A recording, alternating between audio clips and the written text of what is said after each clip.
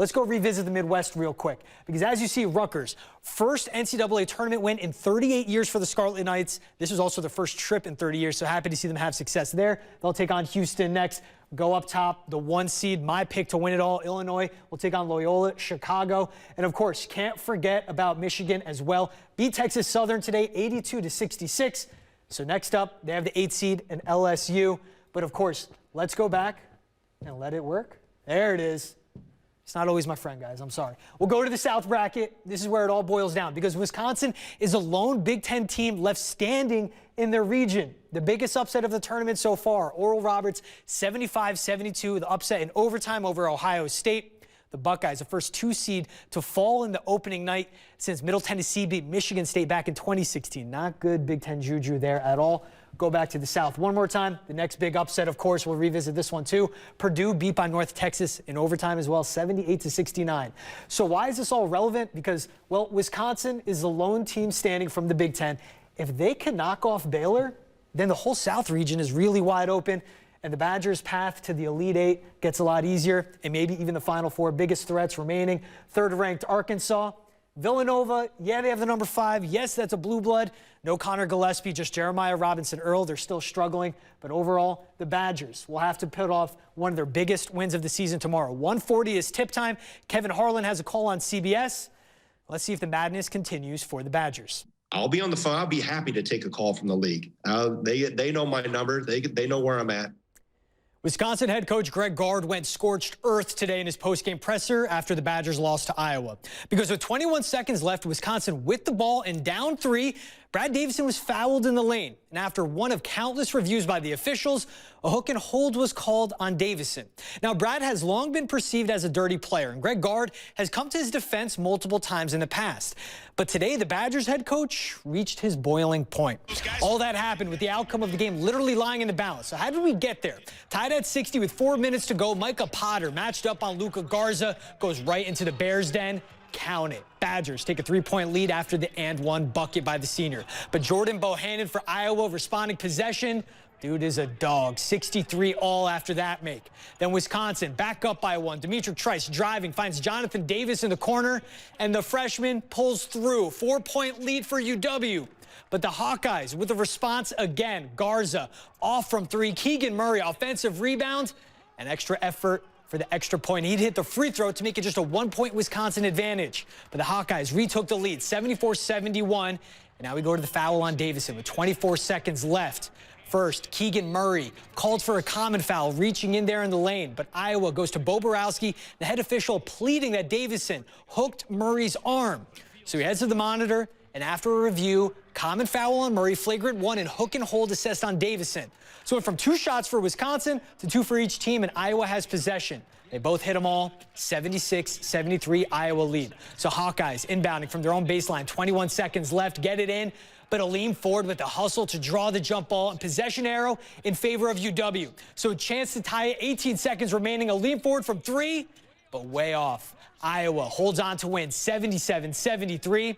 And after the game, without being asked about it, Greg Gard came to his seniors' defense. I think it's really turned into a joke. I feel bad for Brad Davison. The kid's a great kid, plays his ass off. Also known as the Don, Alvarez is one of the most respected figures in all of college football, as he took a program that had been to just 6 total bowl games prior to his arrival in 1990 to playing in 26 since 1993. Simply put, the University of Wisconsin and perhaps even the Big Ten would not be where it is today without Alvarez right here in Madison. Now, we end sports tonight with sad news. Former Badgers running back James White did not play for the Patriots tonight against Seattle after learning that his father, Tyrone, passed away in a car crash today. His mother, Lisa, was also in the car and is reportedly in critical condition. Former Badgers teammate Russell Wilson had a message tonight for White after the game. My heart's heavy, because one of my teammates, James White, from Wisconsin. James, I'm praying for you, man, if you can hear me. Our hearts and love go out to James White and his family. That's it for sports. We'll be right back after this. Sports.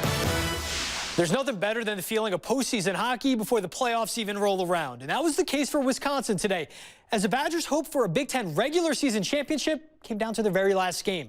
A win over Michigan State, and Wisconsin men's hockey would take the Big Ten throne. A win today would also earn UW's first regular season championship since 2000. They were still playing in the WCHA at the time, but we'll jump to the second period. Badgers on the power play, trailing 1-0, 24 seconds left when Cole Caulfield, that's just ridiculous. 24th goal of the year for the sophomore. Man is on a tear. Let's take another look and say it with me, Cole for Hobie Baker. Badger stud tied things up at 1. Now 12 minutes left in the third. Same score, Dylan Holloway the steal. Cole Caulfield all alone. That would be the game winner. Caulfield, 2 goals to bring his season total to 25. Freshman goalie Cameron Rowe with 40 saves. He was born in 2001 and helps lead the Badgers to win their first regular season conference championship since 2000. 2-1 the final. The Badgers from last in the Big Ten last year to kings of the conference this year. Yeah, you would have liked to have had him. Paul Chris talking about Jalen Berger there. He was a leading rusher over the last 3 games. Today, without the freshman out of New Jersey, Wisconsin just 56 total yards on the ground, averaging 1.7 yards a rush. And here are the Big Ten West standings at the conclusion of the regular season today. Northwestern locked in first last week, while Iowa rattles off 6 straight wins to finish second. Badgers are 4th now, 1 spot behind Minnesota at 3. Barry Alvarez said they're hoping to play next week for championship weekend instead of a crossover game with the Big Ten East. Concern is increasing in Madison, but that positive test won't put a hold on the Badgers season. I did the math here, and with Mertz's positive result divided by 146 players and staff, that's a 0.6% population positivity rate for the team.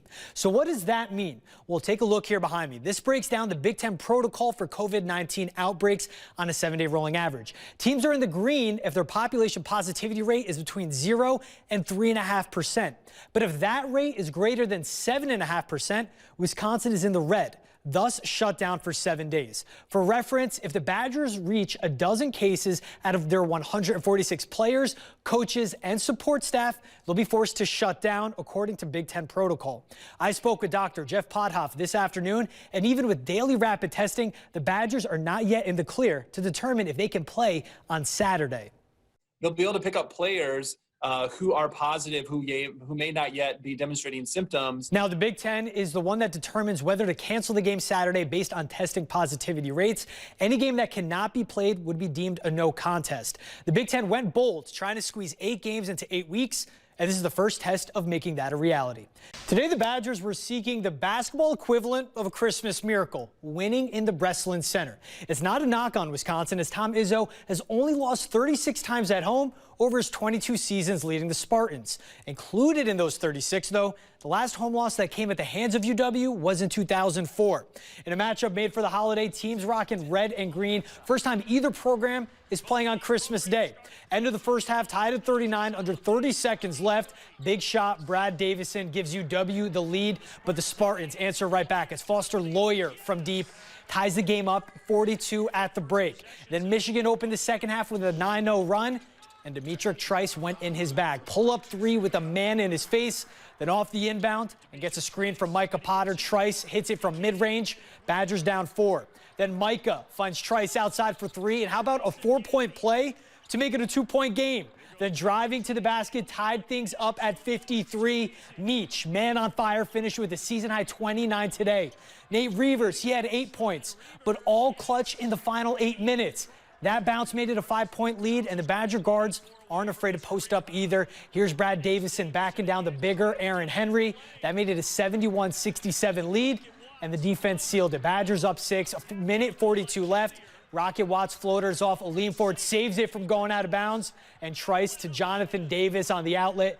Badgers improved to 2-0 in Big Ten play with their first win in East Lansing since 2004, 85-76 the final, and that ends a 12-game losing streak at East Lansing. We really don't talk about the streaks because it's irrelevant.